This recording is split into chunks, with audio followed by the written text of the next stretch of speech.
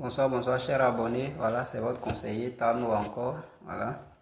J'ai fait cette petite vidéo pour interpeller ceux qui ont envie vraiment de construire. Voilà, parce que il faudrait que les gens sachent quelque chose. Nos parents qui construisent et autres n'ont qu'à savoir quelque chose. Voilà. La construction, c'est pour les riches. Peut-être qu'il y a d'autres qui ne le savent pas, mais la vérité, c'est que la construction, c'est pour les riches. La même manière dont, comme on appelle certains professeurs et certains enseignants, nécessaire de nous dire quand nous étions à l'école. L'école, c'est pour les riches et non pas pour les pauvres.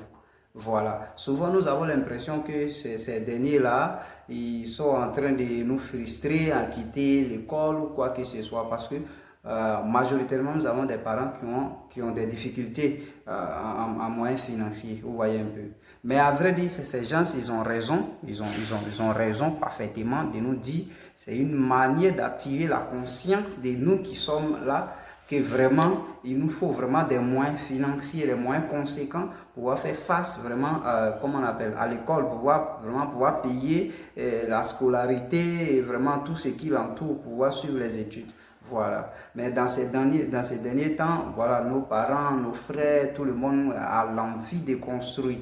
Voilà. Mais chose que peut-être que d'autres ne savent pas, c'est que la construction, c'est pour les riches et non pas pour les pauvres. Voilà. C'est ce que vous devez retenir avant de vraiment vous lancer. Une fois que tu as ça en tête, que tu es en train de bâtir, c'est que tu te dis vraiment déjà dans l'idée que c'est parce que tu es riche, que tu n'es pas pauvre, que tu veux construire.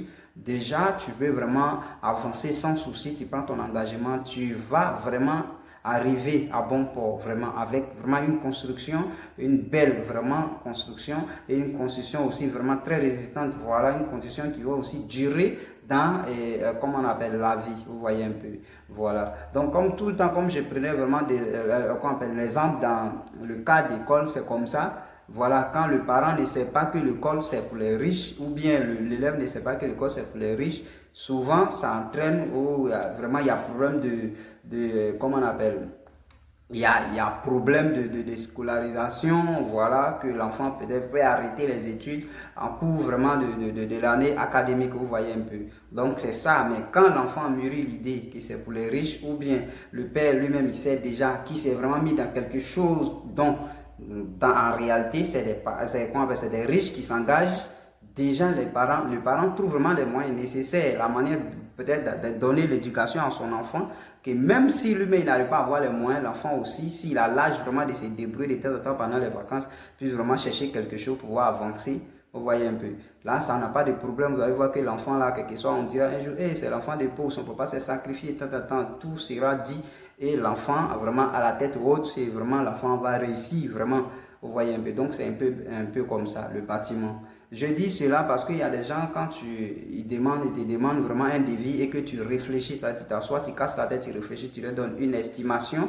D'ailleurs, l'estimation même qui n'est pas d'abord vraiment, et quand on dit estimer, c'est quelque chose qui est, qu'on appelle environnant. C'est-à-dire que j'estime que pour vraiment avoir vraiment cette montre-là, peut-être que j'estime il faut 1000 francs, mais sur le marché, voilà. Pour quelqu'un qui fait de bonnes estimations, quand il te dit que c'est 1000 francs sur le marché, ça peut être 900, ça peut être 950, ça peut être 975. Voilà quelqu'un qui estime bien, vous voyez un peu.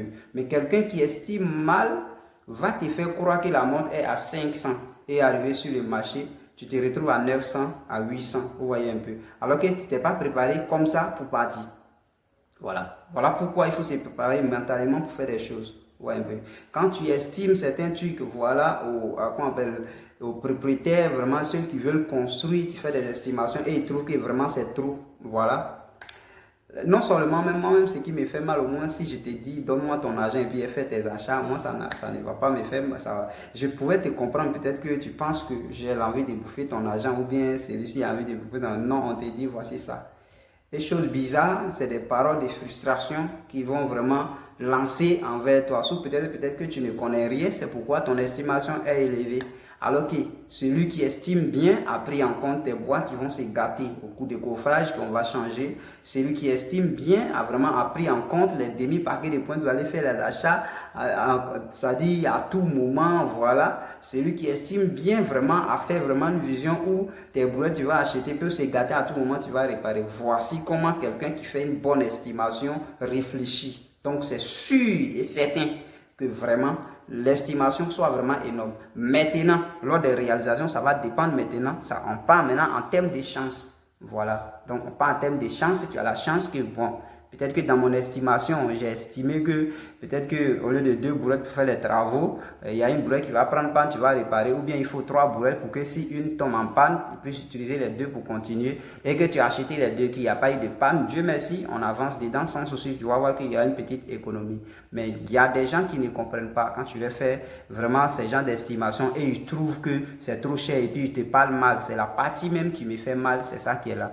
La construction, c'est pour les riches. Si tu penses que tu ne peux pas, ça dit que tu n'es pas riche, tu n'as pas assez d'argent, tu n'as pas vraiment à casser la tête. Comprenez un peu. Souvent, on fait des travaux par reconnaissance, par vraiment connaissance. Voilà. C'est ça qui est en train de gâter la jeunesse d'aujourd'hui. Tous ceux qui sont dans le monde professionnel, c'est ce qui nous gâte. Parce que quand tu connais quelque chose et qu'une connaissance vient envers toi pour te demander quelque chose, toi, pour toi, par ta connaissance, tu vraiment fournis des efforts, réfléchis à tout, tu donnes et en retour, la personne trouve que peut-être que tu ne connais rien.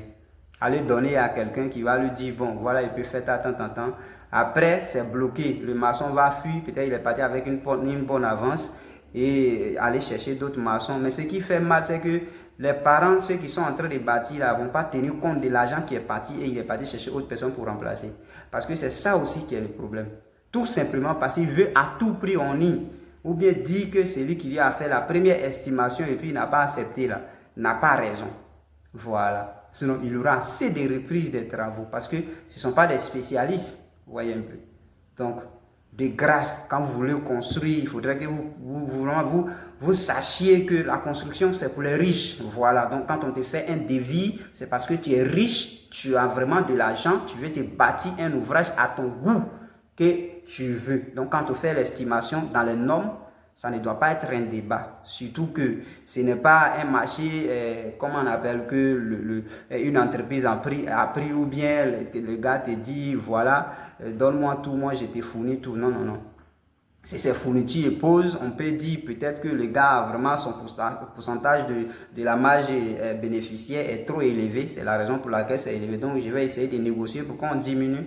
Ça, on peut voir ça. Mais quand quelqu'un te donne vraiment un travail à tête reposée en tant qu'un parent, en tant qu'une connaissance pour dire voici ce que ton projet peut faire. Il y a des paroles qui sont très blessantes. Voilà. Si on continue dans ça, vous allez voir que vous allez considérer vos petits frères, vos fils et vraiment qui sont vraiment très méchants. Une chose à retenir toujours, la construction, c'est pas pour les pauvres, c'est pour les riches. Voilà, donc quand tu décides pour une bonne construction, il faut t'engager vraiment. Voilà, je vous remercie.